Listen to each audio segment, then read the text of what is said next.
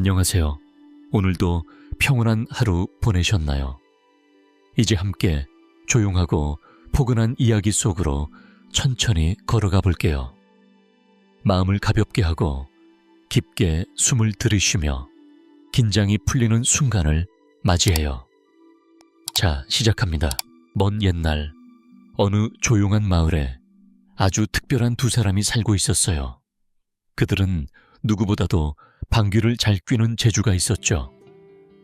한 사람은 키가 크고 우람한 키다리 방귀쟁이였고, 또 다른 한 사람은 몸집이 작지만 방귀로는 결코 뒤지지 않는 난쟁이 방귀쟁이였답니다. 이 두 사람의 방귀는 정말 대단했어요.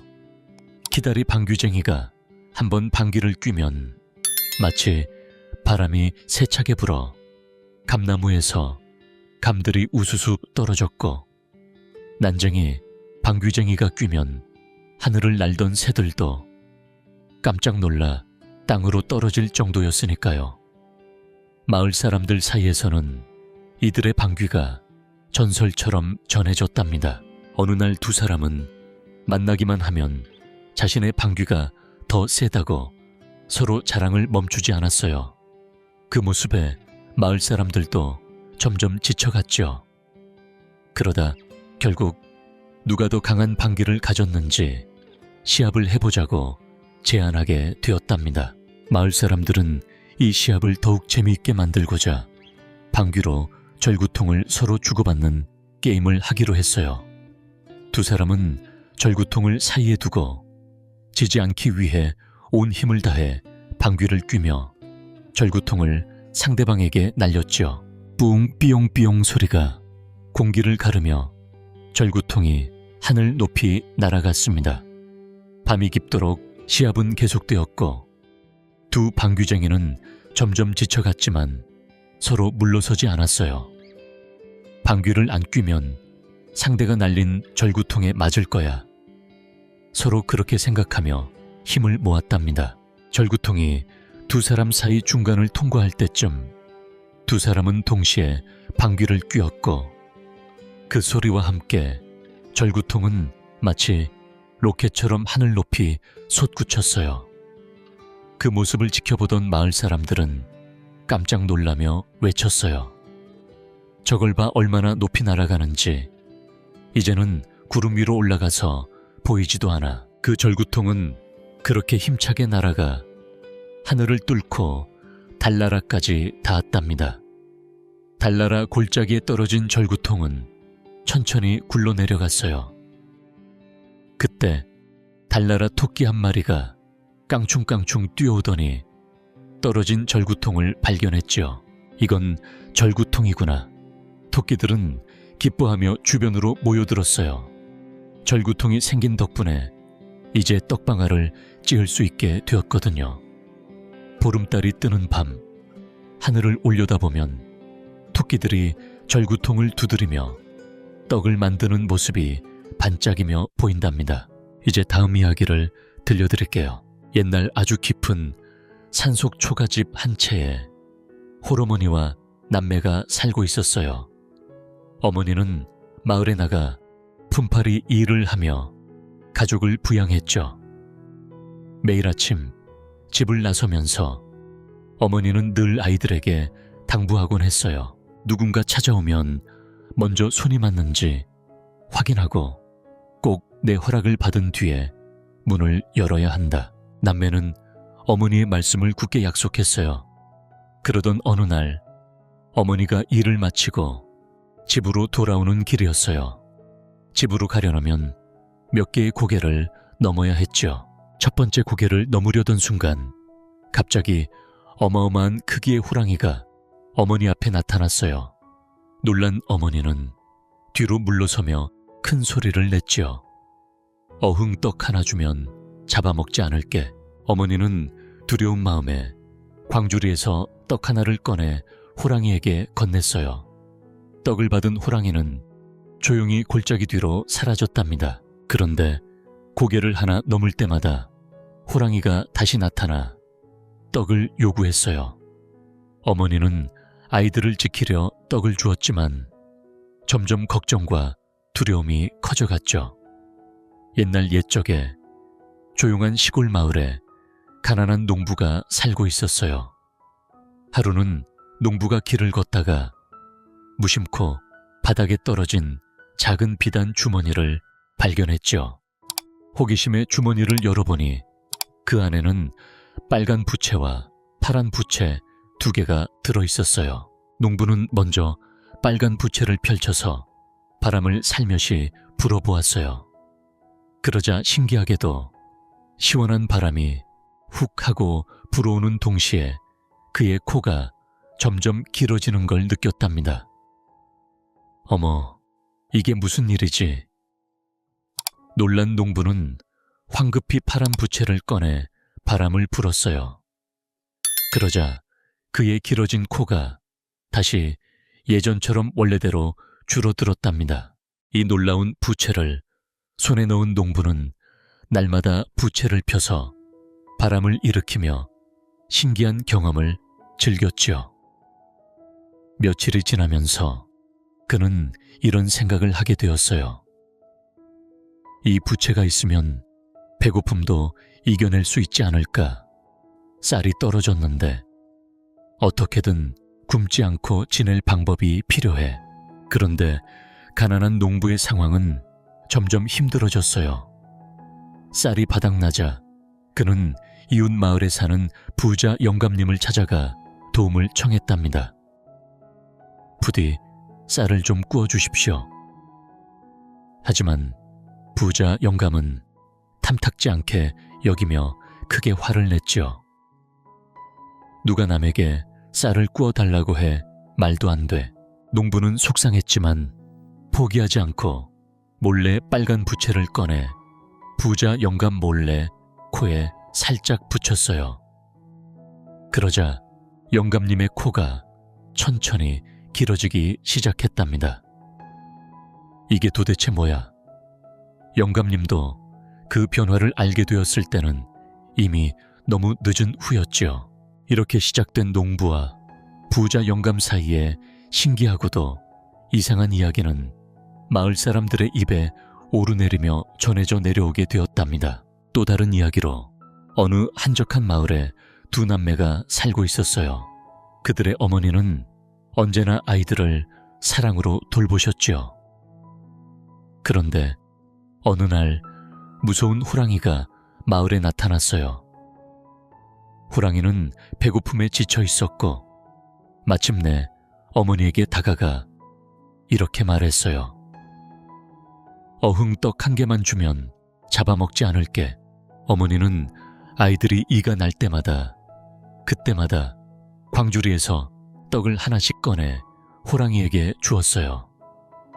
하지만 시간이 흘러 떡이 모두 떨어지고 말았죠. 떡이 사라진 것을 알게 된 호랑이는 화가 나 어머니를 잡아먹고 말았답니다. 그리고는 어머니의 저고리와 치마를 걸쳐 입으며 집 앞에 섰죠. 그 집에는 오빠와 누나가 어머니를 기다리고 있었어요. 갑자기 밖에서 거친 목소리가 들렸어요. 얘들아, 엄마다. 얼른 문 열어라. 하지만 아이들은 그것이 어머니의 목소리가 아니라는 것을 직감했지요. 오빠는 창호지를 통해 밖을 살펴보다가 털복숭이 손이 창문 틈으로 들어오는 것을 보았어요. 호랑이다. 빨리 도망가자. 아이들은 서둘러 뒤뜰의 나무 위로 올라갔어요. 호랑이는 나무 아래서 아이들에게 물었죠. 얘들아, 어떻게 나무 꼭대기까지 올라갔니? 오빠가 교묘하게 대답했어요. 손바닥에 참기름을 발라서 미끄러지지 않게 올라갔지. 호랑이는 그 말을 듣고 황급히 참기름을 바르고 나무를 오르려 했지만 자꾸만 미끄러졌어요. 그러자 누나는 바보야, 도끼를 가져와서 나무를 찍으며 올라가야지 라고 말했어요. 호랑이는 도끼를 들고 나무를 쿵쿵 찍으며 올라가기 시작했죠. 두려움에 벌벌 떨던 아이들은 2 손을 모아 기도했어요. 하느님, 저희를 살려주세요. 새 밧줄을 내려주시고 헌 밧줄은 버려주세요.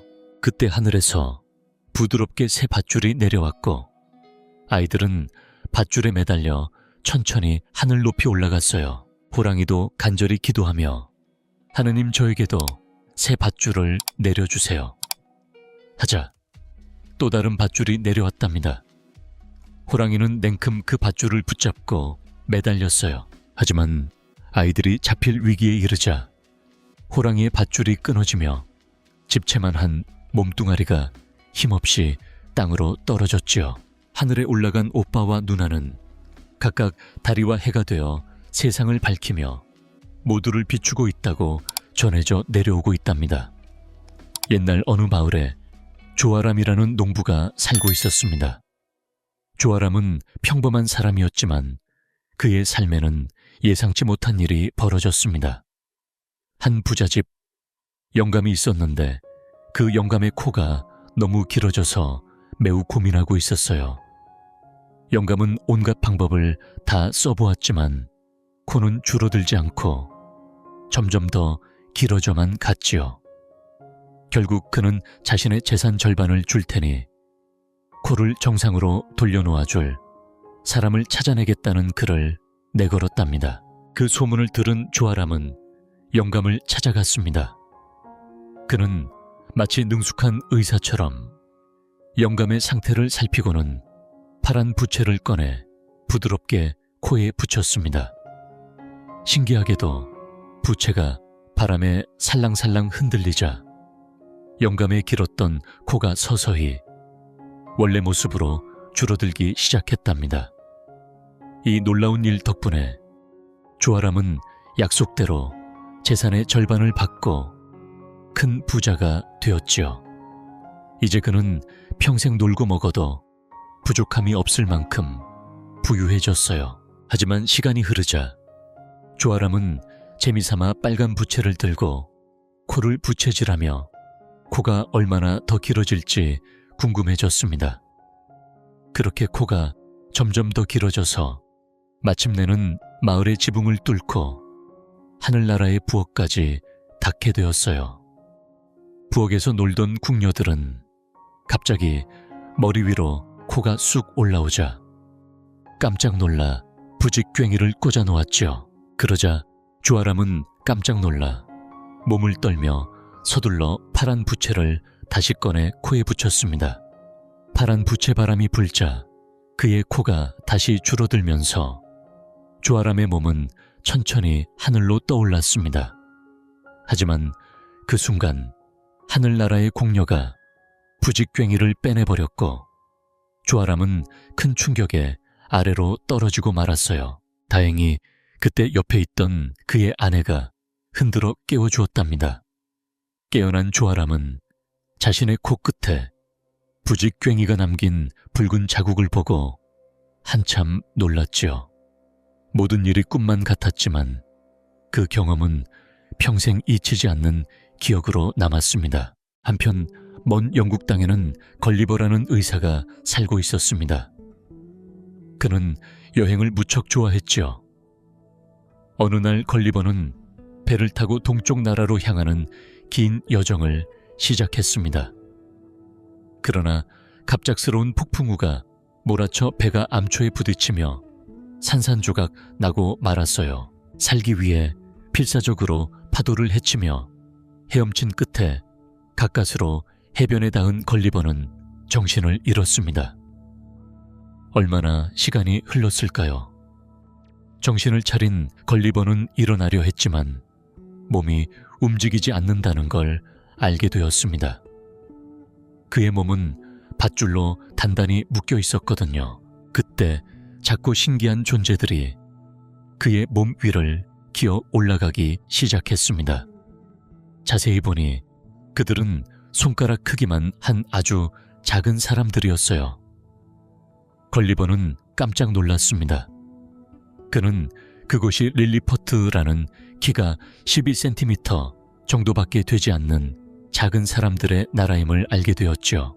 걸리버는 배고픔을 호소하며 작은 사람들에게 음식을 달라고 부탁했습니다. 그러자 릴리포트 사람들은 걱정하며 걸리버의 입에 조금씩 음식을 넣어 주었어요. 그들이 준 음식 바구니 하나가 걸리버에게는 겨우 한 입 크기였지만 그는 끊임없이 음식을 받아 먹었습니다. 작은 사람들은 그가 얼마나 많이 먹는지 보고 몹시 놀랐습니다. 결국 릴리포트 사람들은 목수와 기술자 500명을 동원해 거대한 수레를 만들고 그 위에 걸리버를 눕혔습니다. 15마리의 말이 수레를 끌었지요. 온 마을 사람들이 모여 그의 모습을 구경했습니다. 걸리버는 황제의 허락을 받고 이곳에 머물기로 했지만 생활은 여전히 쉽지 않았습니다. 작은 사람들은 걸리버가 너무 많은 음식을 먹는다는 점을 불편해했습니다. 백겔의 귀시 8명이 하루에 먹을 양을 걸리버가 한 번에 먹어 치웠기 때문이지요. 또 걸리버가 산책을 나가면 사람들은 수군거리며 불편한 시선을 보냈습니다. 하지만 걸리버는 그 모든 상황 속에서도 묵묵히 이 낯선 땅에서 자신만의 길을 찾아가려 노력했습니다. 그의 이야기는 그렇게 시작되었답니다. 먼 옛날 걸리버라는 큰 몸집을 가진 사람이 릴리버라는 작은 나라에 머물게 되었어요. 처음에는 낯설고 어려웠지만 시간이 지나면서 걸리버는 이곳 생활에 익숙해졌죠. 릴리버의 작은 아이들은 걸리버를 매우 좋아했어요. 그들은 걸리버의 풍성한 머리카락 사이에 숨어 숨바꼭질을 하거나 그의 손바닥 위에서 신나게 춤을 추었답니다. 걸리버는 아이들과 함께 지내며 매일매일 따뜻한 순간들을 쌓아갔지요. 그러던 어느 날 걸리버는 먼 바다에서 떠내려온 배를 고쳐 영국으로 돌아갈 준비를 마쳤어요. 그 소식을 들은 릴리버의 작은 사람들은 아쉬운 마음으로 작별 인사를 나누었어요. 잘 가요, 걸리버. 항상 건강하길 바랄게요. 걸리버도 이별의 순간이 무척 아쉬웠지만 다시 만날 날을 기약하며 배에 올랐죠. 돌아가는 길에 걸리버는 큰 배를 만나게 되었어요. 그는 그 자리에서 사람들에게 릴리버에서 겪은 신기한 이야기를 들려주었답니다. 하지만 사람들은 처음엔 믿지 않았어요. 그러자 걸리버는 릴리버 황제로부터 받은 귀여운 양을 꺼내 보여주었죠. 그제야 사람들은 걸리버의 말에 귀를 기울이기 시작했어요. 결국 그는 그 놀라운 경험을 바탕으로 책을 썼고 그 책이 바로 유명한 걸리버 여행기가 되었답니다. 한편 소공녀 세라는 아버지와 함께 인도에서 살고 있었어요. 어린 시절 어머니를 잃었지만 아버지의 따뜻한 사랑 속에서 행복하게 자랐지요. 7살이 되던 해 아버지는 세라에게 말했어요. 세라야, 아빠 일이 바빠져서 네가 런던에 있는 학교에 가게 되었단다. 씩씩하게 잘 다녀와야 해. 세라는 낯선 런던 땅에 도착했지만 곧 학교 생활에 잘 적응했어요. 그녀의 친절하고 밝은 마음씨 덕분에 친구들도 많았고 모두에게 사랑받는 아이였답니다. 특히 하녀 베키와는 특별한 우정을 쌓았어요. 함께 책을 읽고 케이크를 나눠 먹으며 둘도 없는 친구가 되었지요. 시간이 흘러 세라는 점점 어른다운 소녀가 되었어요. 그러나 행복한 생일 파티가 한창일 때 민친 선생님이 창백한 얼굴로 찾아와 파티를 중단시키고 안타까운 소식을 전했어요. 여러분, 세라 아버지께서 운영하시던 회사가 문을 닫았고 아버지께서도 돌아가셨다고 합니다.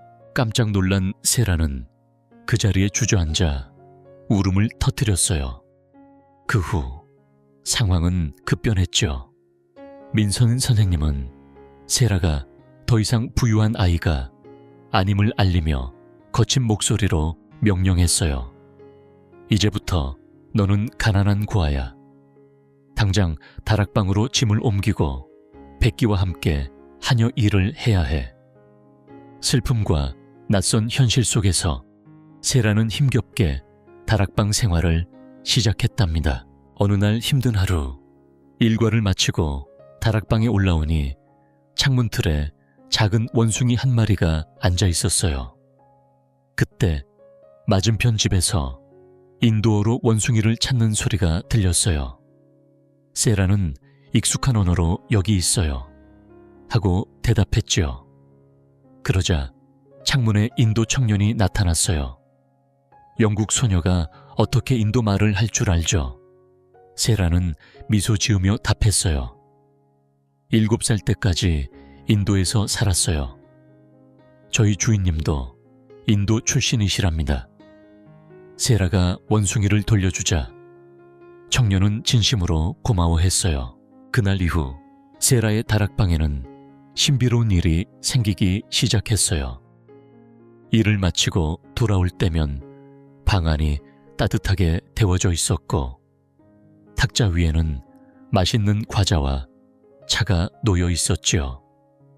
백기는 놀라워하며 말했어요. 이게 어떻게 된 일일까요? 마치 마법 같아요. 오래전부터 그 다락방에서는 신비로운 마법이 끊임없이 피어났습니다. 시간이 흐를수록 다락방은 점점 더 아름답고 특별한 물건들로 가득 채워졌죠. 세라와 백기는 이 마법 덕분에 아무리 힘든 일과 고된 하루가 와도 서로 의지하며 씩씩하게 또 즐거운 마음으로 견뎌낼 수 있었습니다. 어느 조용한 밤, 세라는 희미하게 들려오는 끽끽 소리에 귀를 기울였어요. 바로 이웃집 원숭이가 찾아온 것이었죠. 1, 2 오렴. 오늘은 너무 늦었으니 내일 꼭 데려다 줄게라며 세라는 다정하게 약속했습니다. 다음 날 세라는 원숭이를 데려다 주러 이웃집에 갔고 그곳에서 인도 청년의 주인과 인연을 맺게 되었답니다. 그 인도 청년은 먼 나라에서 자라났으며 세라에게 혹시 이름이 뭐니라며 다정하게 물었어요. 세라는 자신을 소개했죠. 그러자 그 청년은 갑자기 자리에서 벌떡 일어나 세라의 손을 꼭 잡고 눈물을 흘렸습니다. 세라야, 이제야 널 찾았구나. 그는 말했습니다. 알고 보니 이 청년은 오래전 세라의 아버지와 인연이 있었고 아버지가 돌아가시며 세라에게 남긴 재산을 돌보고 있던 사람이었어요. 그는 세라가 선물이라고 생각되는 보물을 전해주었고 그것이 바로 아버지의 유산이었습니다. 세라는 그 재산 덕분에 다시금 삶의 안정을 되찾았고 풍요로움을 누릴 수 있게 되었지요. 하지만 민친 선생님은 이 사실을 알고 크게 놀라며 마음을 졸였지만 이미 세라의 마음은 단단히 굳어 있었답니다. 결국 세라는 백기와 함께 다락방을 떠나 새로운 학교로 향했습니다. 새로운 시작과 희망을 안고서요. 멀고 먼 옛날 페르시아라는 땅에 신드바드라는 젊은이가 살고 있었습니다. 신드바드는 탐험과 여행을 무척 사랑하는 사람이었지요. 그는 큰 배에 다양한 물건들을 싣고 바다를 누비며 장사도 하고 여행도 즐기며 살아갔습니다. 어느 날 신드바드가 탄 배가 깊은 바다를 항해하던 중 작은 섬 하나를 발견했습니다. 선원들은 잠시 그곳에서 쉬기로 했지요. 신드바드와 일행은 섬에 올라 불을 피우며 휴식을 취하고 있었는데 갑자기 이상한 일이 벌어졌습니다. 섬이 천천히 꿈틀거리기 시작한 것입니다. 알고 보니 그 섬은 거대한 고래의 등이었던 것입니다. 갑작스러운 움직임에 신드바드와 선원들은 놀라 허둥지둥 바다로 뛰어들었지만 거센 파도에 휩쓸려 버리고 말았지요. 정신을 차린 신드바드는 홀로 낯선 해변에 남겨져 두려움에 떨며 주변을 두리번거렸습니다. 그때 그는 거대한 알 하나를 발견했어요. 갑자기 차가운 바람이 휘몰아치며 커다란 검은 그림자가 신드바드를 덮쳤습니다. 하늘을 올려다보니 전설 속에서만 듣던 로크라는 거대한 새가 날고 있었죠. 이 로크는 몸집이 엄청나 커다란 코끼리도 사냥한다는 무시무시한 새였습니다. 신드바드는 로크를 따라가면 이 위험한 땅에서 벗어날 수 있을 거라 생각했습니다. 로크가 쉬고 있을 때를 틈타 자신의 몸을 로크의 다리에 단단히 묶었지요. 로크는 전혀 눈치채지 못한 채 바다 위로 힘차게 날아올랐습니다. 한참을 날아가 도착한 곳에서 신드바드는 조심스레 로크의 다리에서 내려 주위를 살펴보았어요. 그가 마주한 곳은 어디를 둘러봐도 반짝이는 거대한 다이아몬드가 흩어져 있었고 그 사이를 수많은 뱀들이 혀를 낼름거리며 어슬렁거리고 있었습니다. 신드바드는 속으로 이곳에서 움직이지 못하고 죽게 생겼구나라며 막막함을 느꼈지요. 그 순간 커다란 벼랑 위에서 고기 덩거리 하나가 땅으로 떨어졌습니다. 그 고기는 다이아몬드 틈새에 박혔고 독수리 한 마리가 날아와 그 고기 덩거리를 집어들어 하늘로 솟구쳤습니다.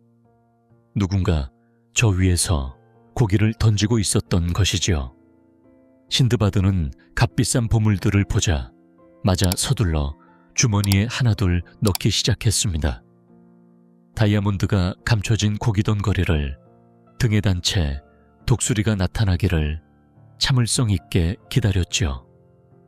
얼마 지나지 않아 하늘을 가르며 거대한 독수리가 날아왔고 신드바드가 매달려 있던 그 고기 덩거리를 단단히 움켜쥐고는 벼랑 위로 힘차게 올라갔습니다. 하늘 높은 곳에 도착한 독수리는 신드바드를 조심스레 내려놓았고 그곳에서 신드바드는 가까스로 벼랑 아래로 내려와 주변 사람들의 배를 발견했습니다. 그는 배에 올라타 무사히 고향으로 돌아올 수 있었어요. 이렇게 신드바드는 섬에서 얻은 보물 덕분에 넉넉한 부자가 되었지요. 하지만 그의 모험심은 멈추지 않았습니다. 더 많은 물건들을 사고 팔기 위해 다시 배를 가득 채워 먼 여행길에 올랐습니다. 그러나 이번에는 뜻밖의 폭풍우가 몰아쳐 배가 산산조각이 나 버렸습니다. 신드바드는 가까스로 떠내려온 판자 한 조각을 붙잡고 며칠 동안 끝없이 펼쳐진 바다 위를 표류했어요. 긴 시간의 방황 끝에 그는 한 무인도에 닿게 되었습니다. 지친 몸을 추스르며 섬을 천천히 둘러보던 중 가을가 근처에서 수염이 흰 노인을 만났습니다. 노인은 신드바드를 불러 세웠어요. 젊은이, 네가 힘이 없어 보여서 그렇네. 나를 등에 업어 이 가을을 건너게 도와주겠나. 신드바드는 조금 망설였지만 결국 노인의 부탁을 들어주기로 했습니다. 하지만 노인의 갑작스러운 행동에 그는 깜짝 놀랐어요. 노인은 길고 하얀 수염으로 신드바드의 목을 꽉 조르기 시작한 것이었습니다. 신드바드는 필사적으로 노인을 떨쳐내려 애썼지만 쉽게 놓아주지 않았지요. 이 노인은 바로 바다에서 온 무서운 존재, 사람의 형상을 하고 다니며 사람들을 괴롭히고 결국에는 잡아먹는다는 전설 속의 바다인이었습니다.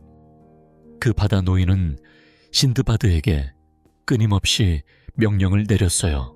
가을을 건너라. 저 산을 넘어가라.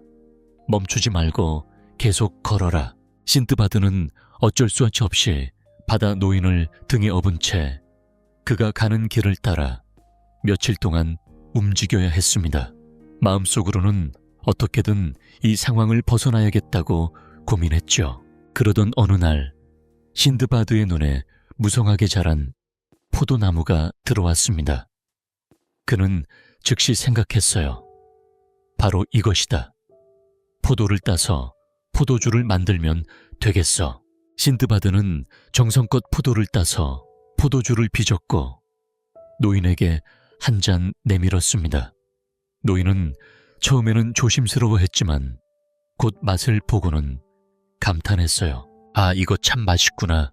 한 잔 더 가져다 다오. 바다 노인은 계속해서 포도주를 마시다가 결국 취해 깊은 잠에 빠지고 말았습니다. 신드바드는 이 기회를 놓치지 않고 조용히 노인을 등에 업은 채 섬을 벗어났습니다.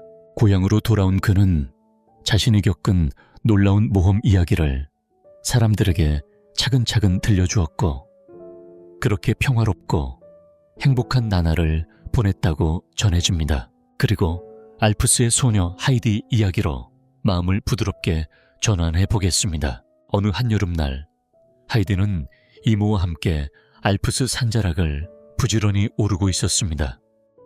산바람이 산뜻하게 불어오는 그날 하이디의 마음속에는 알 수 없는 설렘과 함께 따뜻한 기운이 가득했어요. 갑자기 하이디의 작은 손이 꼭 쥐어지고 누군가가 그녀를 부드럽게 이끌듯이 힘차게 끌어당겼습니다. 마침내 산꼭대기에 다다랐을 때 하이디는 할아버지의 집 문 앞에 서 있었습니다. 할아버지는 이모를 바라보며 다소 차갑게 말했어요. 여기까지 오게 된 특별한 이유가 무엇인가? 이제는 네가 할아버지를 돌봐야 할 때가 되었네. 내가 더 이상 보살필 힘이 없으니 말이지. 그 말이 끝나자마자 이모는 서둘러 산 아래로 내려갔습니다. 굳은 표정을 지은 할아버지를 바라보던 하이디는 살며시 말을 꺼냈어요. 할아버지, 저 여기서 살고 싶어요. 이곳이 너무 좋아요. 그런데 어디에서 자면 될까요? 그 말에 할아버지의 얼굴에는 어느새 부드러운 미소가 피어났습니다.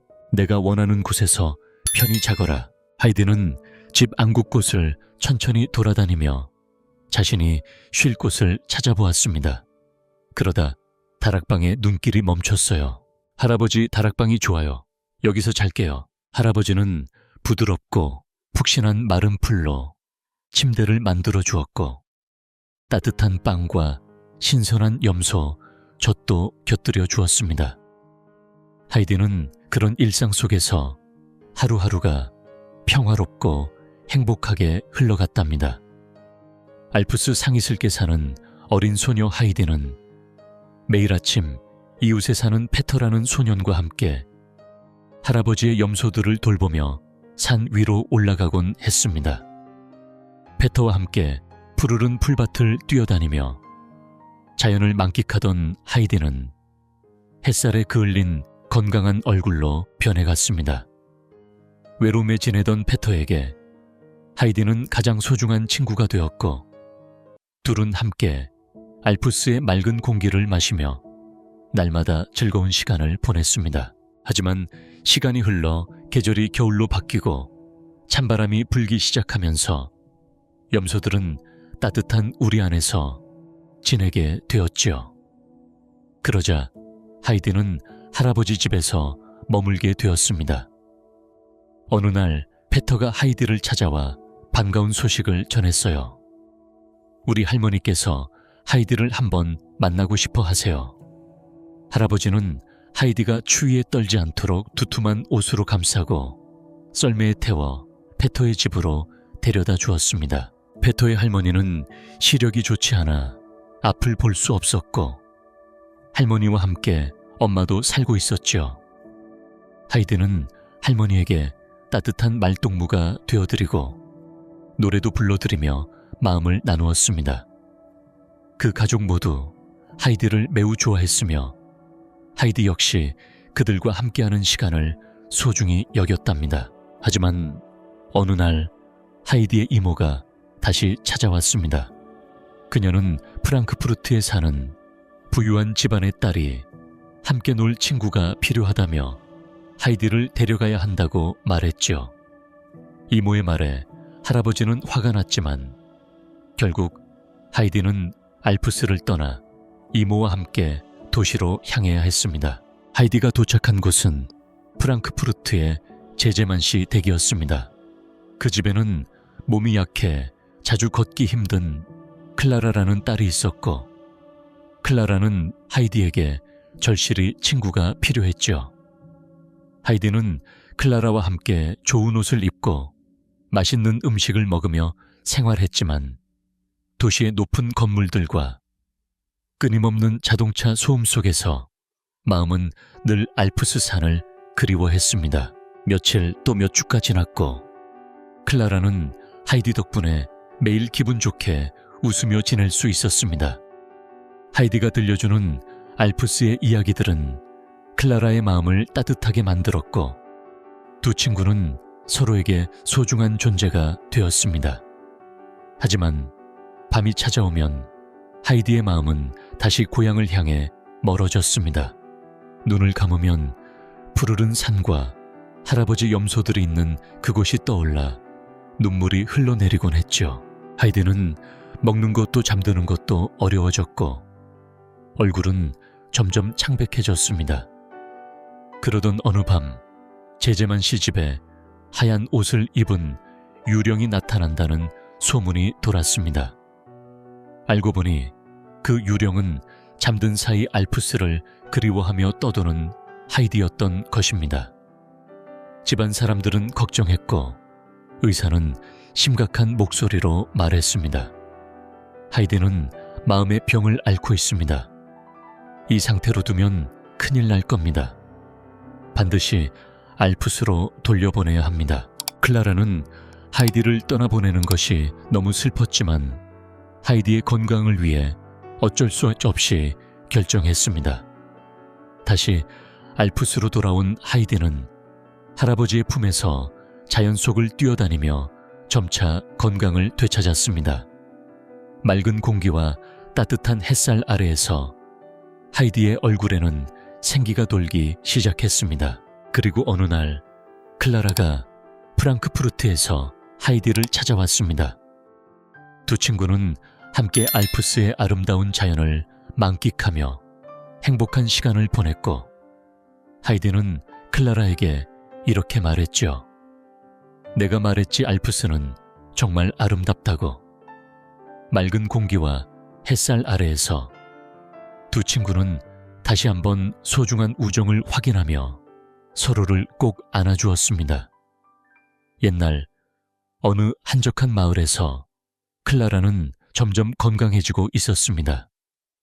할아버지께서 정성껏 만드신 신선한 치즈와 바삭한 빵, 그리고 염소의 젖을 맛있게 먹으며 클라라의 몸은 점점 튼튼해졌지요. 시간이 흐를수록 클라라의 얼굴은 볼이 통통하게 올라오고 사과처럼 빨갛고 건강한 빛을 띄었답니다. 하이디는 그런 클라라를 바라보며 부드럽게 말했어요. 클라라, 이제 걷는 연습을 시작해보는 게 어떨까? 페터도 함께 두 팔을 벌려 클라라의 양쪽에서 든든하게 붙들어 주었죠. 클라라는 떨리는 마음으로 천천히 발을 옮기기 시작했습니다. 어느 날 제제만 씨가 알프스 산으로 찾아왔을 때 클라라는 조심스럽게 아버지를 향해 한 걸음 또 한 걸음 내딛었어요. 그 모습을 본 하이디와 페터는 기쁨의 눈빛을 감추지 못했습니다. 클라라가 마침내 혼자서 걷다니 모두가 믿기지 않는 듯 놀라움을 감추지 못했죠. 이게 꿈이 아니지. 클라라는 하이디의 따뜻한 격려에 미소를 지으며 답했어요. 할아버지께서도 행복한 마음으로 고개를 끄덕였고 그날 모두의 환한 웃음소리는 알프스의 맑은 하늘을 가득 채웠습니다. 한편 먼 영국 런던에서는 또 다른 이야기가 펼쳐지고 있었어요. 에드워드라는 왕자가 태어나자 온 나라 사람들은 큰 기쁨과 축복으로 그의 탄생을 맞이했습니다. 궁전 안은 행복과 기대감으로 가득했지요. 하지만 같은 날 런던의 어두운 뒷골목 한켠에서는 톰이라는 어린아이가 태어났습니다. 그는 낡은 누더기를 걸치고 아무도 축복해주지 않는 외로운 삶을 시작했어요. 톰은 가난 속에서 태어난 탓에 세상의 따뜻한 손길을 받지 못했지요.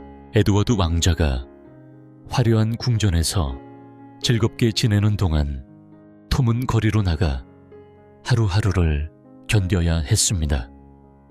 아침마다 그의 아버지는 크게 소리쳤어요. 톰 꿈이나 꾸지 말고 당장 나가서 구걸해와. 톰은 그 말을 따르며 밖으로 나가곤 했지만 마음 한켠에는 늘 아버지의 따뜻한 격려를 바라는 작은 소망이 있었답니다. 그러던 어느 날 톰은 구걸하는 척하며 교회에 들러 신부님께 다가갔습니다. 신부님의 이야기를 듣는 동안 그는 잠시 현실의 고단함을 잊고 왕자의 이야기에 빠져들었어요. 왕자님 이야기는 참 재미있어요. 나도 언젠가 저런 삶을 살 수 있으면 좋겠어요. 톰은 항상 이렇게 속으로 말하곤 했습니다. 내가 왕자라면 얼마나 좋을까? 아니, 그저 한 번이라도 왕자를 가까이에서 보고 싶어. 그러던 중 톰은 운명처럼 궁전 근처에 가게 되었고 그곳에서 병사들에게 붙잡히고 말았습니다. 그 모습을 본 에드워드 왕자는 곧장 달려와 말했어요. 이 불쌍한 아이에게 무슨 짓을 하는 거냐, 어서 데려오너라. 왕자는 톰을 궁전으로 불러들여 따뜻한 음식을 나누며 물었습니다. 궁전 밖 세상은 어떤가, 재미있는가? 톰은 미소를 지으며 대답했어요. 여름이면 친구들과 강에서 헤엄치고 진흙탕에서 마음껏 놀아요. 그게 가장 즐거워요. 그러자 왕자는 진심으로 부러워하며 말했죠. 나도 너처럼 자유롭게 진흙 속에서 뛰어놀고 싶구나. 그날 톰과 왕자는 서로의 옷을 바꿔 입으며 신기한 경험을 했습니다. 마치 쌍둥이처럼 닮은 모습에 두 사람 모두 놀라움을 감추지 못했어요. 하지만 톰의 손에 남은 상처를 본 왕자는 걱정하며 물었습니다. 그 상처는 어떻게 된 거냐? 톰은 병색에 맞았다고 말했고 왕자는 분노에 찬 목소리로 병사들을 꾸짖으러 궁전 정문으로 달려갔습니다. 그러나 병사들은 왕자의 말을 믿지 않고 그를 비웃으며 궁전 밖으로 내쫓았지요. 그리하여 에드워드 왕자는 방황하며 결국 톰의 거지 소굴까지 오게 되었습니다. 그곳에서 누군가 거칠게 그의 어깨를 잡고 말했어요. 이 녀석 오늘도 빈손이냐, 바보 같은 녀석. 그러자 톰의 아버지는 깜짝 놀라며 말했습니다. 내가 그 아이의 아버지란 말인가? 난 에드워드 왕자다. 내 아들은 궁전에 있으니 나와 함께 궁전으로 가자. 이렇게 두 아이는 서로 다른 운명을 품고 태어났지만 인생의 길은 때로 뜻밖의 만남과 변화를 가져다 줍니다. 따뜻한 마음과 작은 희망들이 모여 결국 큰 기적을 만들어내지요. 옛날 어느 왕국에 에드워드라는 젊은 왕자가 있었습니다. 하지만 그는 자신이 진짜 왕자라는 사실을 아무도 믿어주지 않았습니다. 왕궁 밖으로 쫓겨나면서 돌아오는 길마다 사람들은 그의 말에 비웃음만 보냈지요. 한편 궁전에 남아있던 톰이라는 청년은 곤란한 처지에 놓여 있었습니다. 바로 그때 왕자의 누이인 제인 공주가 방으로 들어왔고 톰은 무릎을 꿇으며 간절히 애원했습니다. 제발 저를 용서해 주세요. 저는 그냥 거지토일 뿐입니다. 그 말에 궁전에 있던 모든 이들이 놀라움을 감추지 못했습니다. 그렇지만 에드워드 왕자는 그 누구보다도 학업에 몰두하느라 정신이 조금 혼란스러워졌고 자신이 진짜 왕자가 아니라는 생각에 사로잡혀 계속해서 그런 말을 했습니다. 하지만 궁전 사람들은 아무도 그의 말을 믿지 않았죠. 왕자는 마음속으로 언제나 궁전으로 돌아가 자신의 정체를 밝히고 싶다는 생각뿐이었습니다. 그래서 어느 날 용기를 내어 힘겹게 궁전 문 앞까지 찾아갔습니다. 그는 목소리를 가다듬어 외쳤지요. 나는 에드워드 왕자다. 부디 문을 열어라 하지만 병사들은 그를 알아보지 못하고 이 거지 녀석 얼른 물러가라 며 밀어내고 쫓아냈습니다. 바로 그때 한 낯선 사내가 나타나 왕자를 구해주었습니다. 왕자는 감사를 표하며 자신을 소개했죠. 나는 에드워드 왕자입니다. 당신은 누구십니까? 사내는 겸손하게 대답했습니다. 저는 마일스 핸든이라고 합니다. 비록 핸든은 왕자의 말을 완전히 믿지는 않았지만 언제나 위험한 순간마다 왕자를 지켜주었습니다. 에드워드 왕자는 핸든의 헌신적인 보살핌에 깊은 감사함을 느꼈습니다. 시간이 흐르던 어느 날 나라의 한 통의 비보가 전해졌습니다. 바로 왕이 세상을 떠났다는 소식이었습니다. 그 소식을 들은 왕자는 깊은 슬픔에 잠겼고 아버지를 생각하며 눈물을 흘렸습니다. 그는 마음을 다잡으며 결심했습니다. 어서 궁전으로 돌아가 내 자리를 되찾아야겠다. 그리고 백성들을 위하는 자비로운 왕이 될 것이다. 마침내 그날이 왔습니다.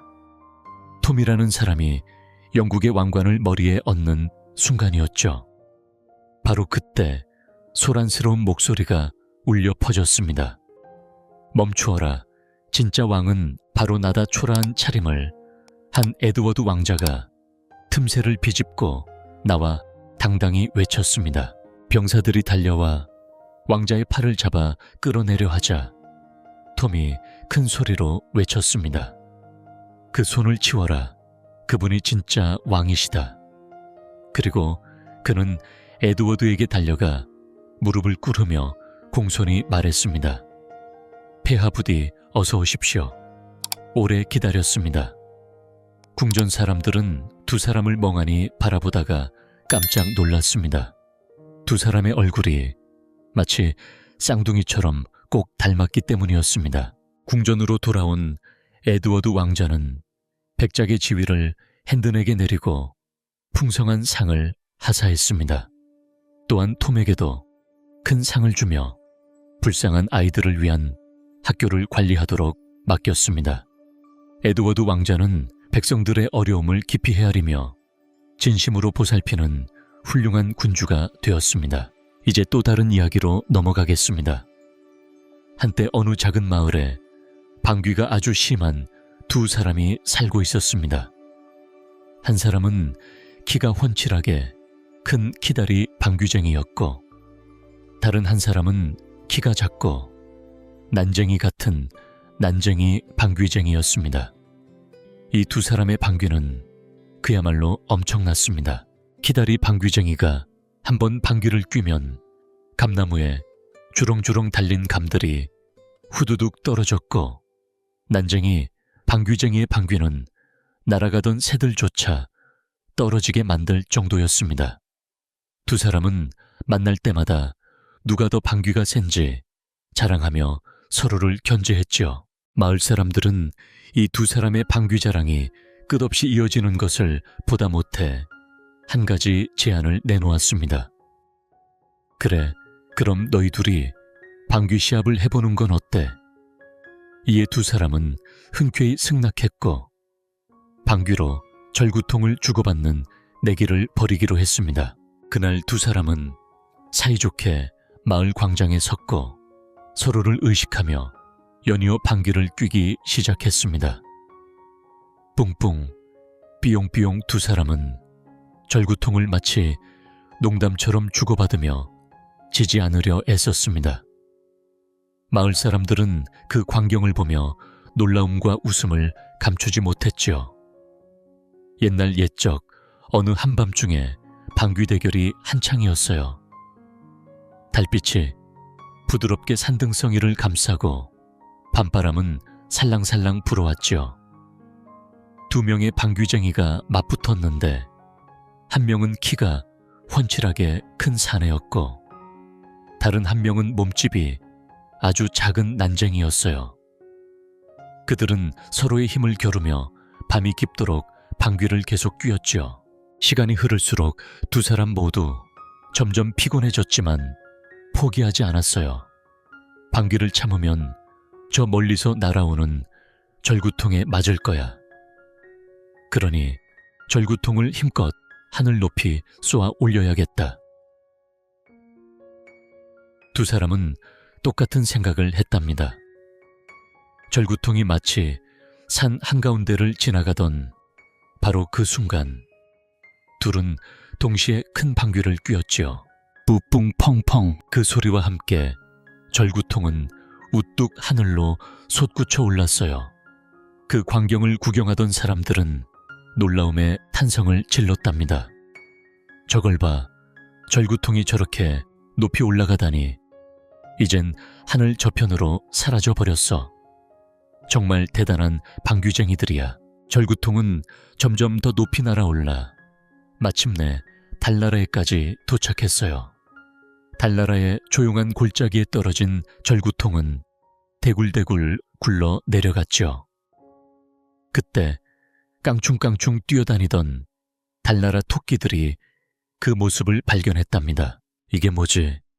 저건 바로 절구통이야. 토끼들은 기뻐하며 모여들었어요.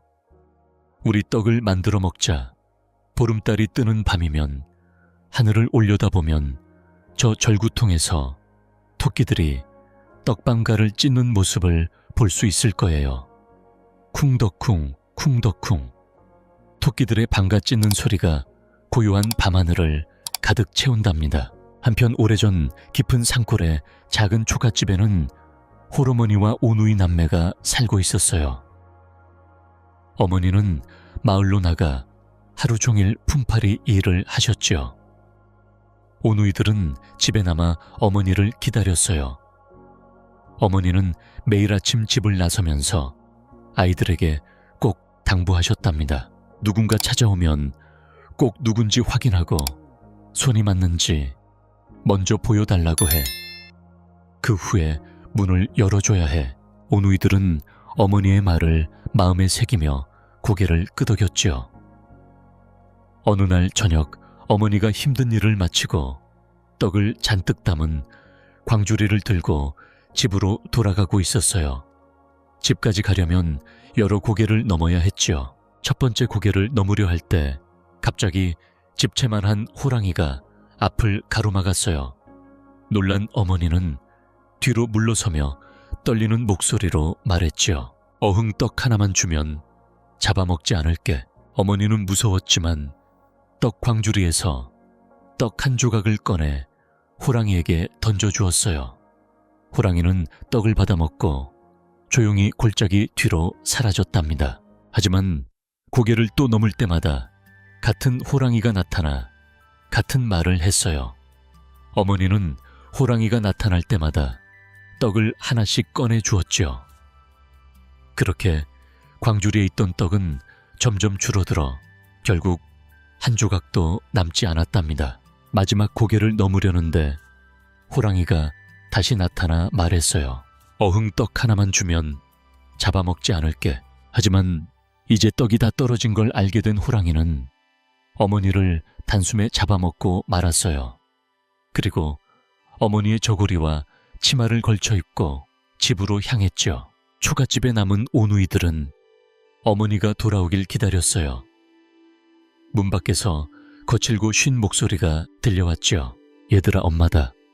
어서 문을 열어라. 하지만 아이들은 엄마 목소리가 아니라는 걸 직감했어요. 급히 오빠는 손으로 동생의 손을 막았고 창호지를 뚫고 털복숭이 손이 불쑥 들어왔죠. 호랑이다, 어서 도망가자. 두 아이는 재빨리 뒷마당의 나무 위로 올라갔어요. 뒤쫓아온 호랑이는 나무 아래에서 아이들을 올려다보며 물었지요. 얘들아, 어떻게 나무 꼭대기까지 올라갔니? 오빠는 슬기롭게 대답했어요. 손바닥에 참기름을 바르고 올라갔단다. 호랑이는 그 말을 믿고 얼른 땅에 내려가 자신의 발에 참기름을 바르려고 달려갔답니다. 이렇게 오누이의 재치와 용기 덕분에 호랑이의 위협을 잠시 피할 수 있었고, 이야기는 밤하늘의 달나라 토끼가 절구통에 떡을 찌는 소리처럼 조용히 퍼져갔답니다. 옛날 옛적에 어느 조용한 마을에 가난한 농부 한 사람이 살고 있었습니다. 그는 매일 묵묵히 밭을 갈며 소박한 삶을 이어가고 있었죠. 어느 날 길을 걷던 중 농부는 바닥에 반짝이는 무언가를 발견했습니다. 자세히 보니 아름다운 비단 주머니가 떨어져 있었죠. 조심스레 주머니를 열어보니 그 안에는 2개의 부채가 들어 있었습니다. 하나는 붉은 빛을 띤 부채였고 다른 하나는 청색을 띠고 있었어요. 호기심이 생긴 농부는 먼저 붉은 부채를 펼쳐보았습니다. 부채를 휘저으니 시원한 바람이 불어왔습니다. 하지만 그 바람은 단순한 바람이 아니었어요. 놀랍게도 그의 코가 점점 길어지기 시작한 것입니다. 농부는 깜짝 놀라 자신의 얼굴을 만져보며 이게 도대체 무슨 일이지 하고 혼잣말을 했습니다. 당황한 농부는 이내 청색 부채를 꺼내어 조심스럽게 그 바람을 맞아 보았죠. 그러자 그의 길어진 코가 서서히 원래대로 줄어들기 시작했습니다. 신기한 일에 농부는 며칠 동안 이 2 부채를 번갈아 사용하며 신기함을 느꼈습니다. 하지만 농부의 걱정은 깊어져만 갔습니다. 며칠이 지나도록 밭에서 나는 곡식으로는 겨우 끼니를 잇는 정도였고 곧 쌀도 다 떨어져 버렸기 때문입니다. 마음이 무거웠던 농부는 건너 마을에 사는 부유한 영감님을 찾아가 쌀을 빌리고자 했습니다. 하지만 부잣집 영감은 농부의 부탁을 듣고는 크게 화를 내며 거절했습니다. 절망감에 빠진 농부는 몰래 붉은 부채를 꺼내 영감 몰래 코에 바람을 불어 넣었어요. 놀랍게도 영감의 코가 길어지기 시작한 것이었습니다.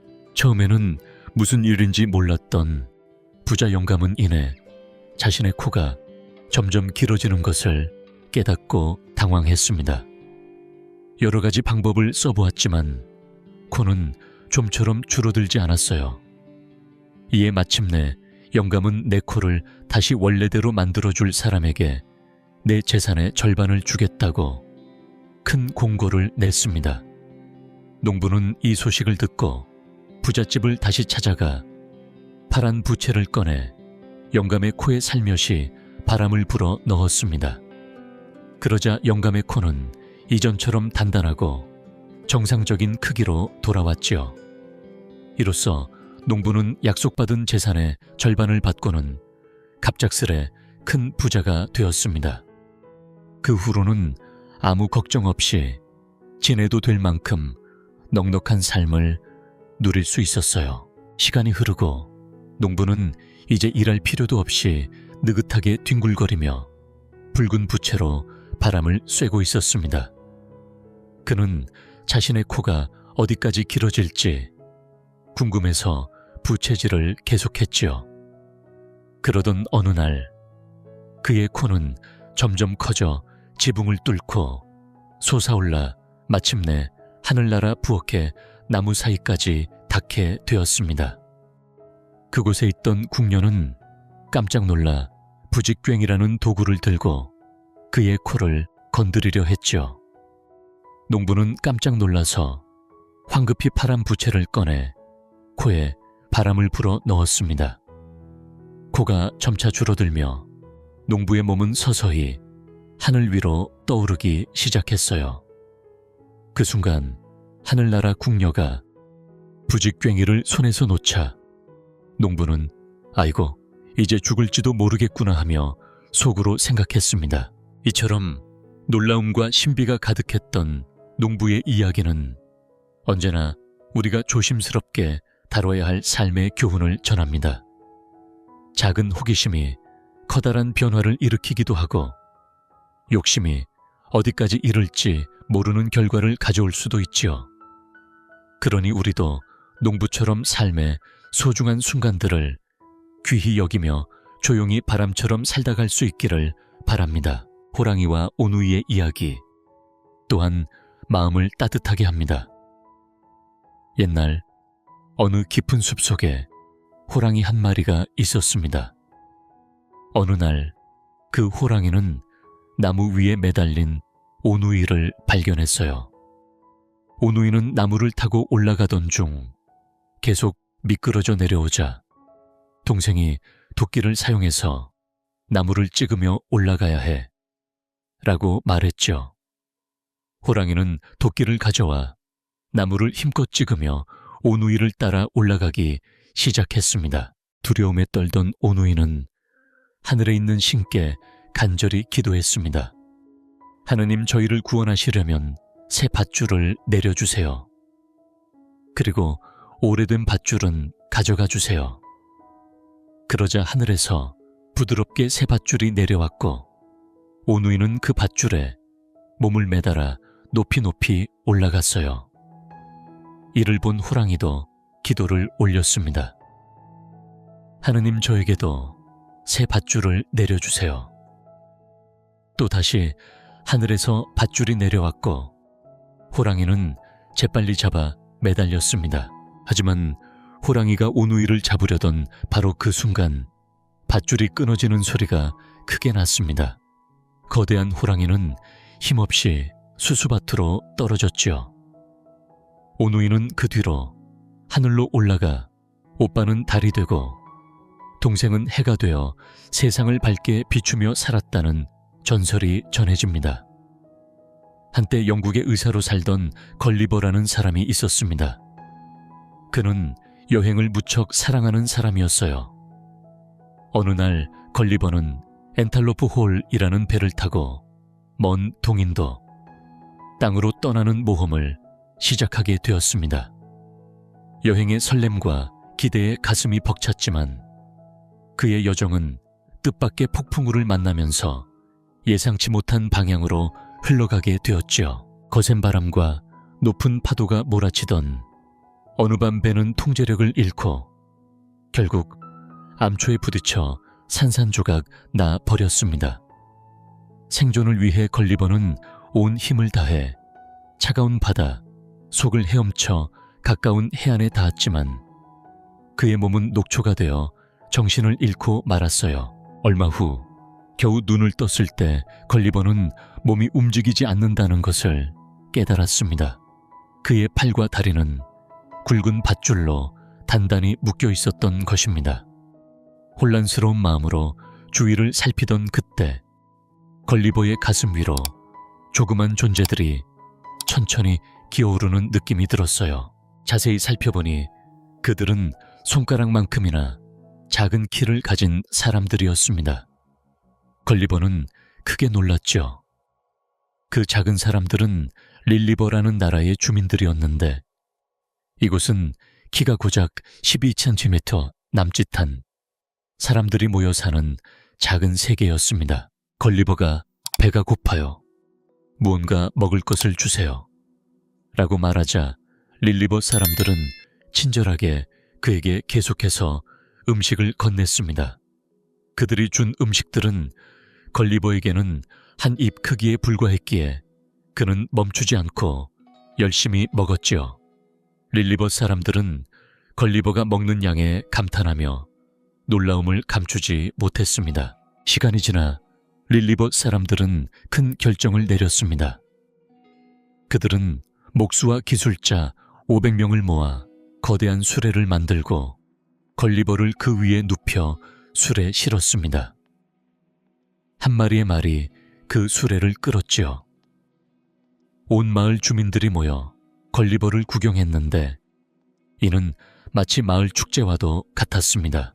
걸리버는 릴리버 황제의 허락을 받아 그곳에서 머물게 되었지만 생활이 편한 것만은 아니었습니다. 릴리버 사람들은 걸리버가 너무 많은 음식을 먹는 것 때문에 불편해했어요. 실제로 걸리버가 하루에 먹는 양은 릴리버 사람 108명이 먹는 것과 맞먹었으니까요. 게다가 걸리버가 산책을 나서면 마을 사람들은 조심하라며 경고했습니다. 걸리버 조심해요. 너무 세게 걷지 마세요. 집들이 모두 무너질 수 있어요. 걸리버가 걸을 때마다 땅이 흔들려 마치 지진이 난 것 같았기 때문입니다. 그래서 마음대로 돌아다니는 것도 쉽지 않았죠. 그럼에도 불구하고 시간이 지나면서 걸리버는 릴리버의 생활에 조금씩 익숙해졌습니다. 마을 아이들은 걸리버를 아주 좋아했어요. 아이들은 걸리버의 머리카락 사이에 숨어 숨바꼭질을 하거나 그의 손바닥 위에서 즐겁게 춤을 추곤 했답니다. 하지만 결국 걸리버는 릴리버를 떠날 준비를 해야 했습니다. 먼 바다에서 떠내려 온 배가 수리되어 이제는 다시 영국으로 돌아갈 수 있게 된 것이죠. 작별의 시간이 다가오자 걸리버와 릴리버 사람들은 서로 아쉬운 마음을 감추지 못했습니다. 걸리버가 큰 배를 만난 뒤 그는 만난 사람들에게 릴리버에서 겪은 놀라운 이야기를 들려주었습니다. 사람들은 처음에는 믿지 않았지만 걸리버가 릴리 황제로부터 선물 받은 작고 귀여운 양을 꺼내 보여주자 그제야 그의 이야기를 믿게 되었죠. 마침내 걸리버는 고향으로 돌아와 그 모험담을 책으로 써서 많은 사람들에게 전했습니다. 그의 이야기는 오늘날까지도 모험과 우정, 그리고 낯선 세계에 대한 호기심을 불러일으키는 따뜻한 전설로 남아 있습니다. 옛날 인도라는 먼 나라에서 세라라는 작은 소녀가 아버지와 함께 살고 있었습니다. 어린 시절 세라는 어머니를 잃었지만 아버지의 따뜻한 사랑 덕분에 마음속 깊이 행복을 느끼며 자랐지요. 아버지는 늘 세라를 아끼고 보살펴 주었고 세라는 그런 아버지 곁에서 씩씩하게 하루하루를 보내고 있었습니다. 어느 날 세라가 7살이 되었을 때였습니다. 아버지는 한참 바쁘게 일에 몰두하다가 조용히 세라를 불렀습니다. 세라야, 아빠가 먼 곳으로 가야 할 일이 생겼단다. 그래서 네가 다닐 학교를 영국 런던에서 찾아두었어. 새로운 환경이 낯설 수 있겠지만 네가 씩씩하게 잘 해낼 수 있을 거라고 믿는다. 세라는 아버지의 말에 조금 두려웠지만 곧 용기를 내어 먼 땅 런던으로 떠날 준비를 했습니다. 런던에 도착한 세라는 모든 것이 낯설고 생경했지만 이내 학교 생활에 서서히 적응해 갔습니다. 세라는 누구에게나 다정하고 친절한 마음을 지닌 아이였기에 학교 친구들 사이에서 금세 사랑받는 존재가 되었지요. 특히 한여로 일하는 베키와는 책도 함께 읽고 작은 간식도 나누며 진심 어린 우정을 쌓았습니다. 베키와 세라는 언제나 서로를 아끼는 둘도 없는 친구가 되었습니다. 시간이 흘러 어느덧 세라는 11살 소녀가 되었고 생일 파티가 한창 무르익을 무렵이었어요. 그런데 갑자기 민친 선생님이 놀란 얼굴로 달려와 파티를 멈추라고 알렸습니다. 여러분, 파티는 여기까지입니다. 안타깝게도 세라의 아버지가 경영하던 회사가 문을 닫았고 세라의 아버지마저 세상을 떠나셨다는 소식을 들었습니다. 이 소식에 세라는 너무나도 놀라 펑펑 울었지요. 그동안 세라를 돌봐준 민친 선생님은 갑작스러운 상황에 화가 치밀어 올랐습니다. 그리고 차갑고 단호한 목소리로 세라에게 말했습니다. 이제 너는 가난한 고아가 되었어. 당장 다락방으로 옮겨가서 베키와 함께 하녀 일을 해야 한다. 세라는 슬픔과 두려움에 휩싸여 있었지만 어쩔 수 없이 선생님의 말을 따랐습니다. 어느 날 힘든 하루 일을 마치고 다락방으로 올라온 세라는 창틀에 작은 원숭이가 앉아있는 것을 발견했습니다.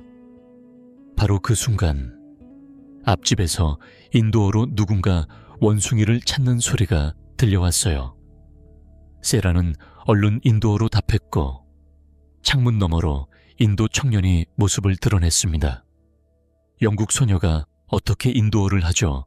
그 청년은 놀라며 물었고 세라는 인도에서 살았기 때문이에요 라고 대답했죠. 청년은 반가운 표정으로 말했습니다. 우리 주인님도 인도에서 오셨어요. 세라는 원숭이를 무사히 돌려보냈고 청년은 고마움에 깊은 인사를 건넸습니다. 그날 이후 세라가 다락방에 돌아올 때마다 신기한 일들이 일어나기 시작했습니다. 방 안은 따뜻하게 변해 있었고 탁자 위에는 맛있는 과자와 차가 가득 차려져 있었지요. 세라는 신기해하며 베키에게 물었습니다. 이게 어떻게 된 일일까요? 마치 마법 같아요. 그 이후로도 다락방의 신비로운 마법은 계속되었고 세라와 베키는 그 덕분에 힘든 일상도 굳건하게 견디며 즐겁게 살아갈 수 있었습니다. 어느 밤 세라는 창밖에서 끽끽거리는 소리를 들었습니다. 그것은 다시 찾아온 원숭이였지요. 세라는 조용히 오늘은 너무 늦었으니 내일 너를 데려다 줄게 라고 속삭였습니다. 다음 날 세라는 원숭이를 돌려주러 이웃집을 방문했고 거기서 인도 청년의 주인을 만났습니다. 그는 세라를 보자마자 깜짝 놀라 일어나 그녀의 손을 꼭 잡으며 눈물을 흘렸습니다. 세라야, 드디어 널 찾았구나. 이웃에서 마음씨 착한 소녀가 있다고 해서 선물을 보냈는데 그 아이가 바로 너였단다. 알고 보니 세라의 아버지가 돌아가실 때 남긴 재산을 그 이웃 신사가 잘 보관하고 있었던 것입니다. 세라는 그 유산 덕분에 다시 부유한 삶을 살게 되었고 민친 선생님은 이 사실을 알고 무척이나 분노하며 발을 동동 굴렀다고 합니다. 아득히 먼 옛날 페르시아 땅 어딘가에 신드바드라는 젊은 청년이 살고 있었습니다.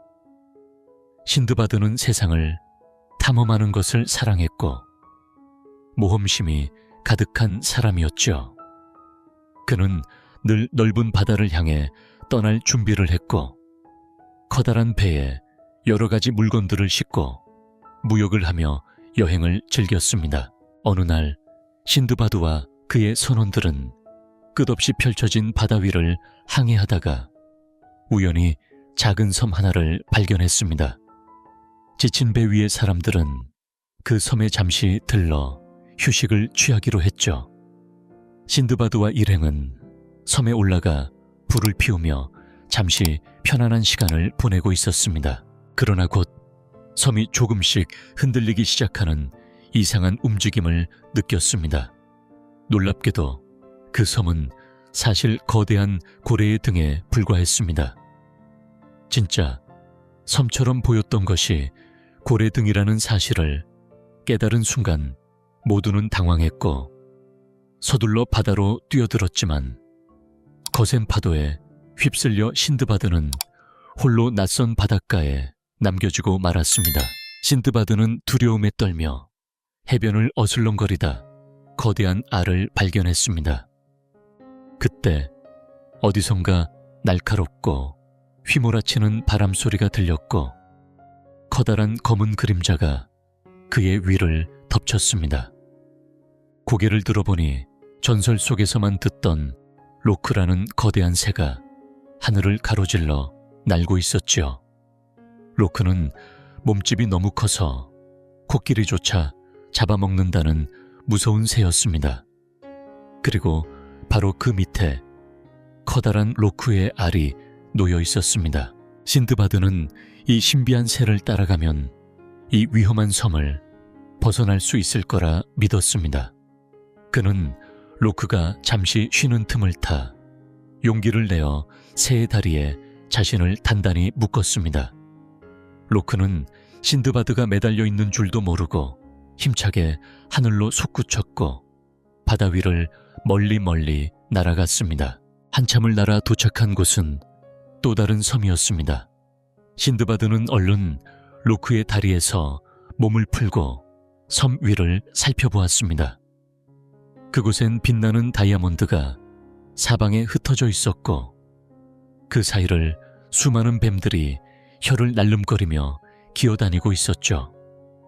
신드바드는 생각했습니다. 여기서 꼼짝없이 잡혀 죽을지도 모르겠구나.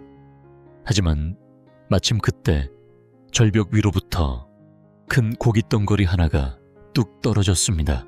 그 고깃덩거리가 땅에 떨어질 때 다이아몬드 속에 박혔고 갑자기 그곳을 지키던 독수리 한 마리가 그 고기를 움켜쥐고 하늘로 날아올랐습니다.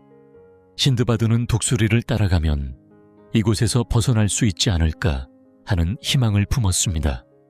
그리하여 그의 모험은 다시금 새로운 국면을 맞이하게 되었습니다. 먼 옛날 신드바드라는 젊은이는 모험과 보물을 찾아 떠나는 것을 무척 좋아했습니다. 어느 날 그는 바위 절벽 아래 깊은 골짜기에 있는 신비한 보물들을 발견하게 되었죠. 그 중에는 다이아몬드가 박힌 커다란 고깃덩거리가 있었는데 이 보물을 가져오기 위해서는 독수리의 도움을 받아야 했습니다. 신드바드는 몸을 사리지 않고 손에 닿는 값진 보물들을 주머니에 가득 담았습니다. 그리고 다이아몬드가 박힌 고깃덩거리를 등에 단단히 묶은 뒤 독수리가 나타나기를 인내심 있게 기다렸죠. 얼마 지나지 않아 하늘 높이 날아오르는 독수리가 신드바드가 메고 있던 고깃덩거리를 꽉 움켜쥐고 거센 바람을 타고 벼랑 위로 날아올랐습니다.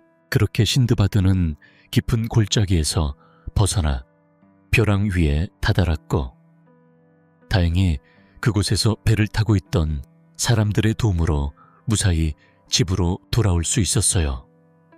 신드바드는 이번 여행에서 얻은 귀한 보물 덕분에 부자가 되었고 새로운 사업을 시작할 용기를 얻었습니다. 그는 더 많은 상품을 사고 배에 실어 다시 먼 여행길에 올랐습니다. 하지만 이번에는 거대한 폭풍우가 배를 덮쳐 온통 난파되어 버렸죠. 위기에 처한 신드바드는 가까스로 떠내려온 판자를 붙잡고 며칠 동안 넓은 바다를 떠돌다 작은 섬에 도착했습니다. 힘을 내어 섬을 돌아다니던 중 맑은 가을께서 수염이 하얀 노인을 만났습니다.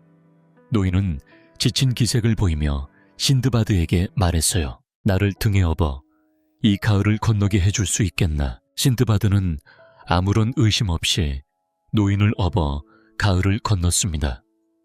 그런데 갑자기 그 노인이 긴 수염으로 신드바드의 목을 감싸 조르기 시작했어요. 놀란 신드바드는 애써 노인을 떨쳐내려 했지만 노인은 꿈쩍도 하지 않았습니다. 이 노인은 바로 바다 노인이었어요. 그는 사람들을 등에 태우고 다니며 기운이 빠지면 잡아먹는 무서운 존재였지요. 바다 노인은 신드바드에게 끊임없이 명령했습니다. 가을을 건너라. 저 산을 넘어가라. 빨리 계속 걷거라. 신드바드는 아무 방법 없이 그를 등에 업고 바다 노인이 시키는 대로 며칠씩 걸어야 했습니다. 점점 지쳐가던 어느 날 신드바드는 우연히 포도나무를 발견했어요. 신드바드는 포도를 따서 발효시켜 포도주를 만들었습니다. 어르신, 이 포도주를 한 잔 드셔보시겠어요? 바다 노인은 포도주 맛에 점점 빠져들었고 계속해서 더 달라고 졸랐습니다. 결국 그는 술에 취해 깊은 잠에 빠지고 말았어요.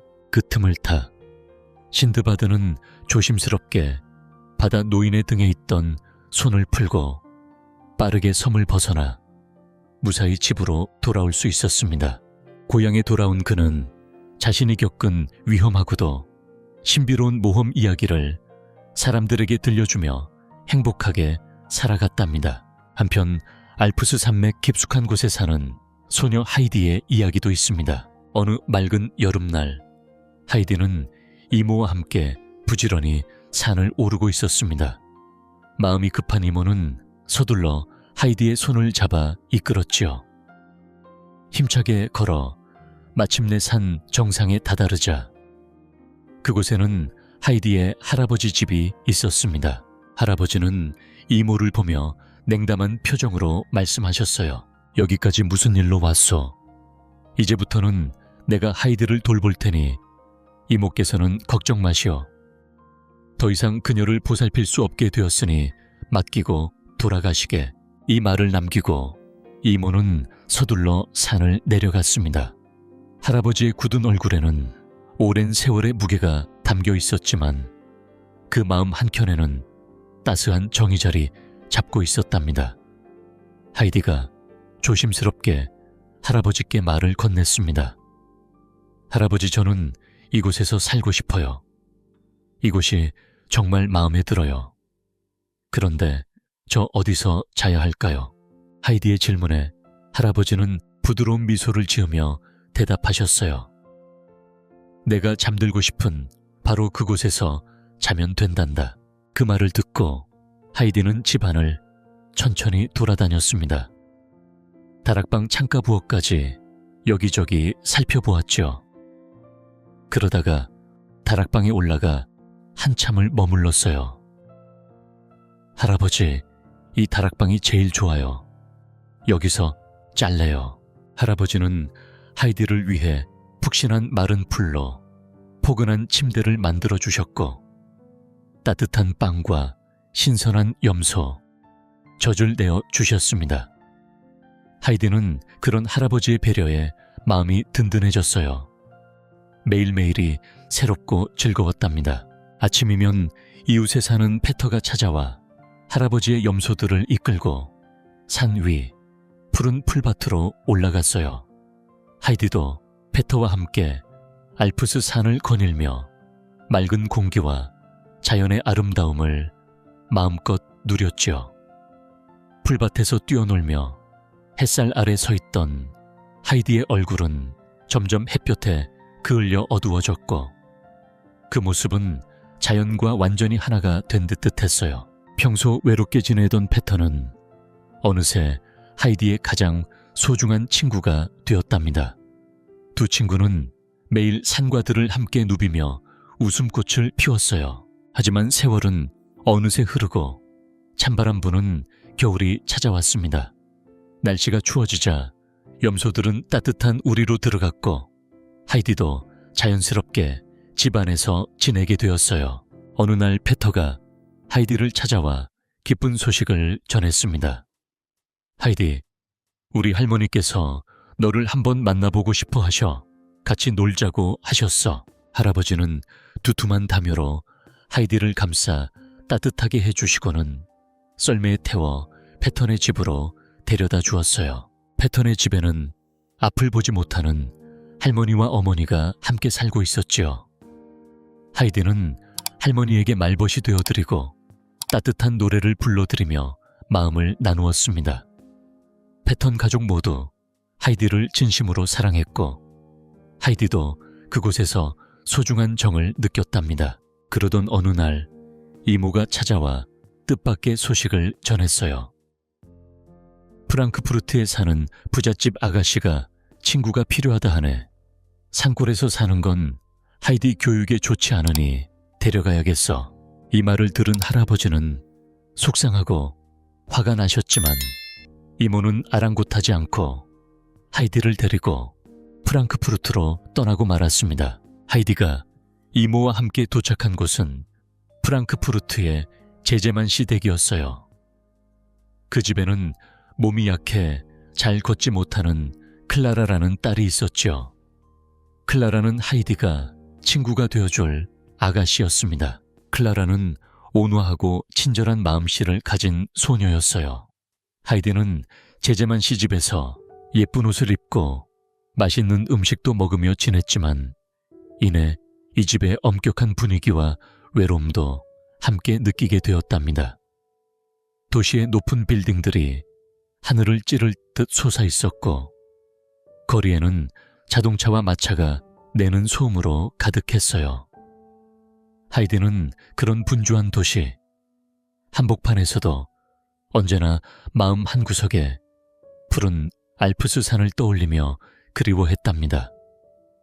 알프스의 맑고 신선한 공기, 부드러운 바람, 그리고 할아버지와 함께 살던 평화로운 집이 그녀의 기억 속에 환하게 자리 잡고 있었지요.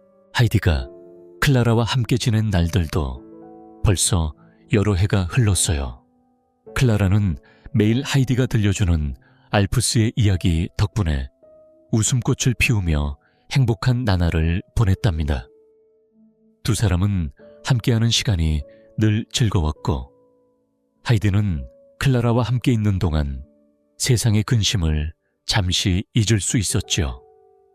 하지만 밤이 찾아오고 눈을 감으면 하이디의 마음은 늘 알프스 산과 할아버지 생각으로 가득 차올랐습니다.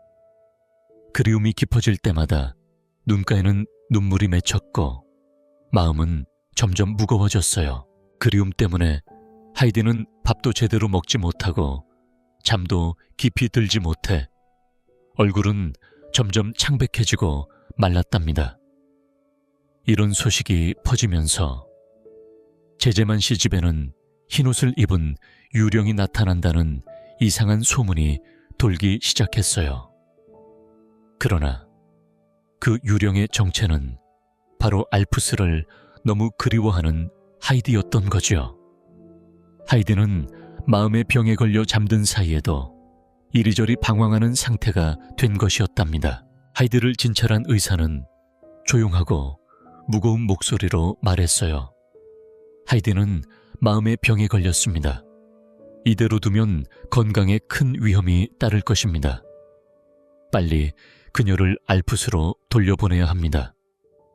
이 말을 들은 클라라는 가슴이 아팠지만 하이디를 위해 고통스러운 결정을 내리고 말았어요.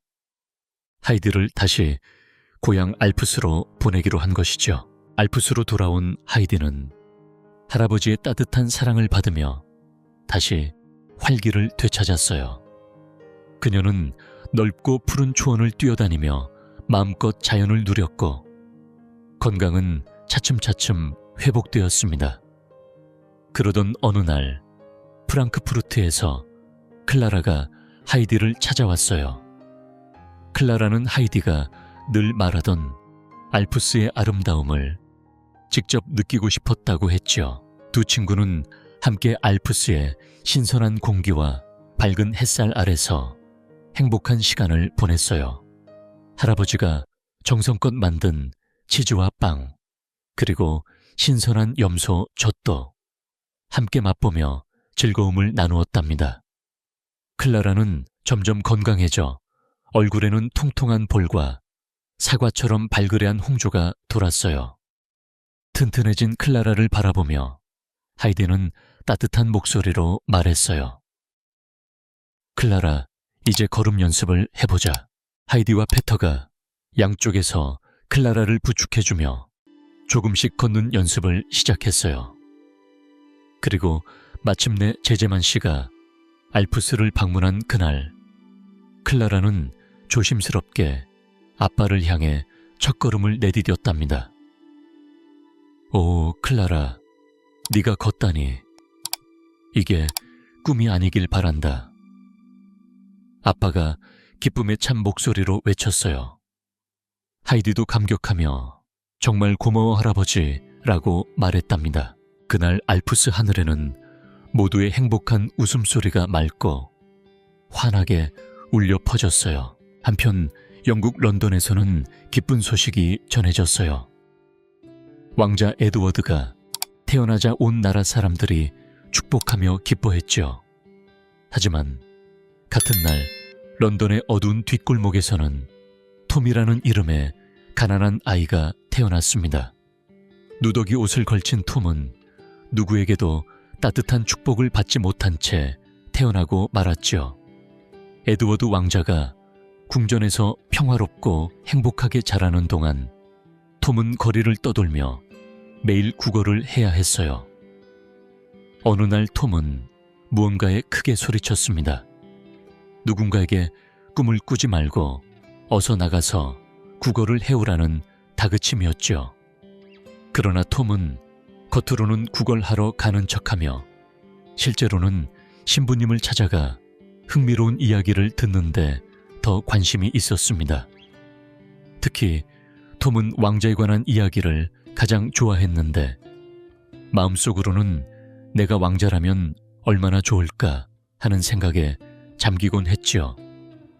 또 왕자님을 실제로 한 번이라도 만나볼 수 있다면 얼마나 좋을까 하는 바람도 간직하고 있었습니다. 어느 날 톰은 그리운 마음에 왕자가 머무는 궁정 근처로 몰래 다가갔습니다.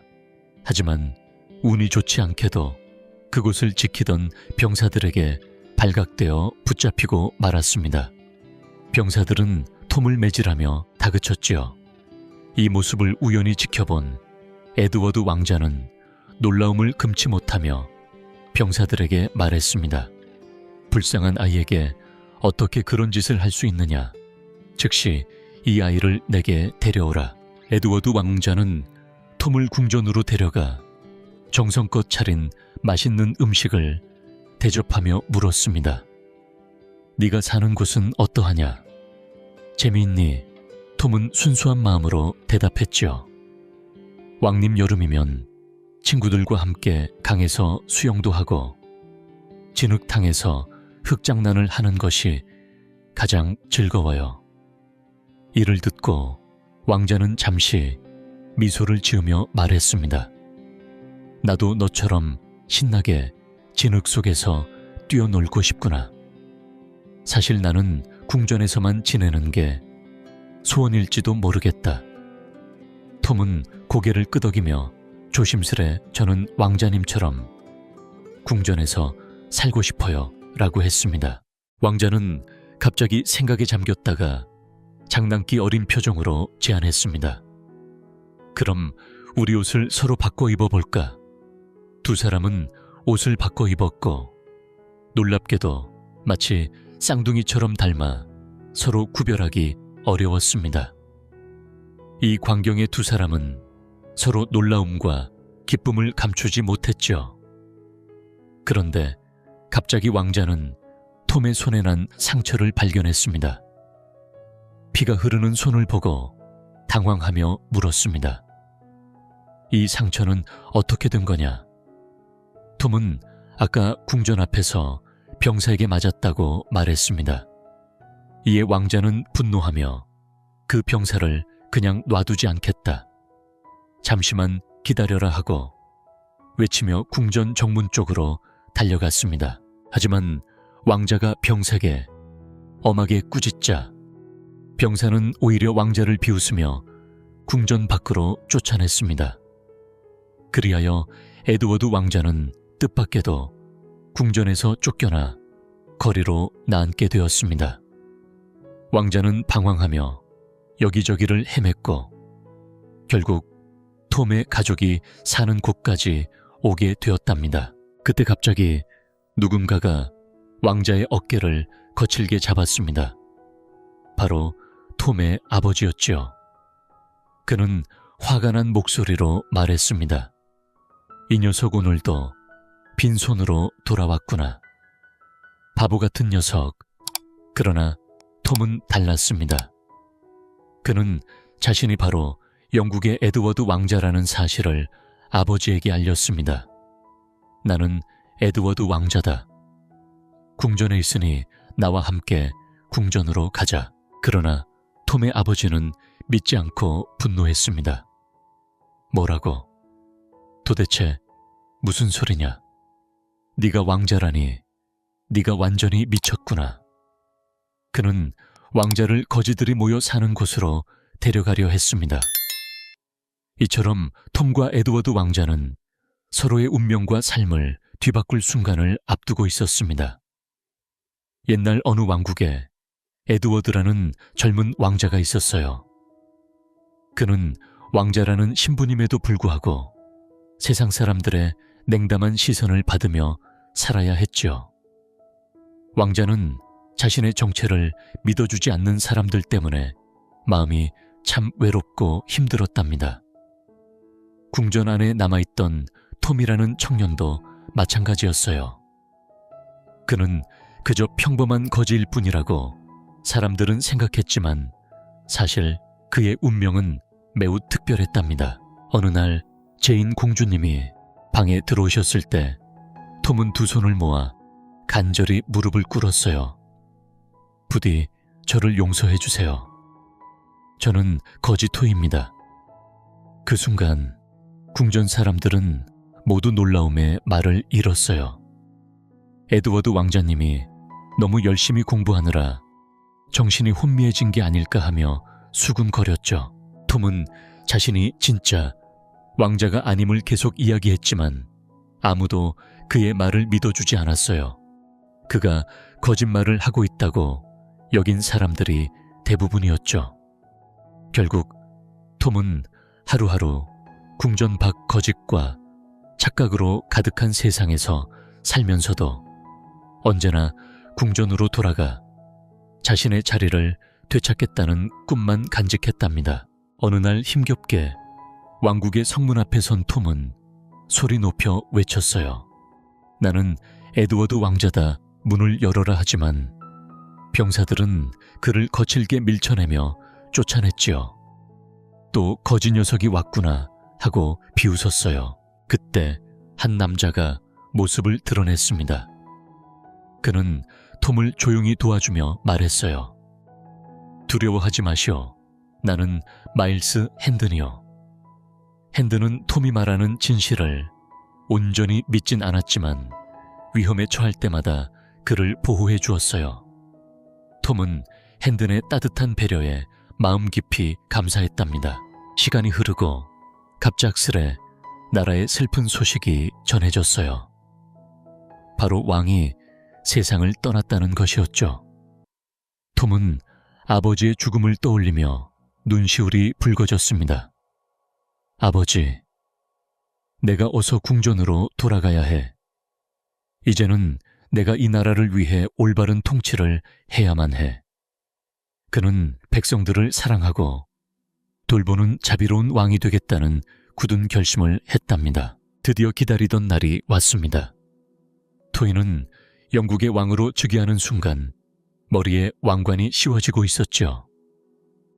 그때 갑자기 누더기를 걸친 한 남자가 웅장한 목소리로 외쳤어요. 멈추시오. 진짜 왕은 바로 나다. 그 사람은 바로 에드워드 왕자, 진짜 왕자였어요. 병사들이 에드워드를 끌어내려고 다가오자 톰이 단호하게 외쳤어요. 손을 떼시오. 그분이 진짜 왕이시다. 그리고는 에드워드에게 달려가 무릎을 꿇으며 존경을 표했답니다. 사람들은 두 남자를 바라보며 혼란스러워했지만 곧 놀라움을 금치 못했어요. 두 사람의 얼굴이 너무 닮아 쌍둥이처럼 보였기 때문이죠. 왕국으로 돌아온 에드워드 왕자는 핸든에게 공작의 지위를 내리고 많은 재산을 선물로 주었어요. 그리고 톰에게도 큰 상을 내려 가난한 아이들을 위한 학교를 돌보도록 맡겼답니다. 그 후로 에드워드 왕자는 백성들을 아끼고 보살피는 따뜻한 군주가 되어 나라에 평화와 사랑을 가져왔어요. 그의 다정한 마음은 온 국민에게 깊은 감동을 주었고 모두가 행복하게 살았답니다.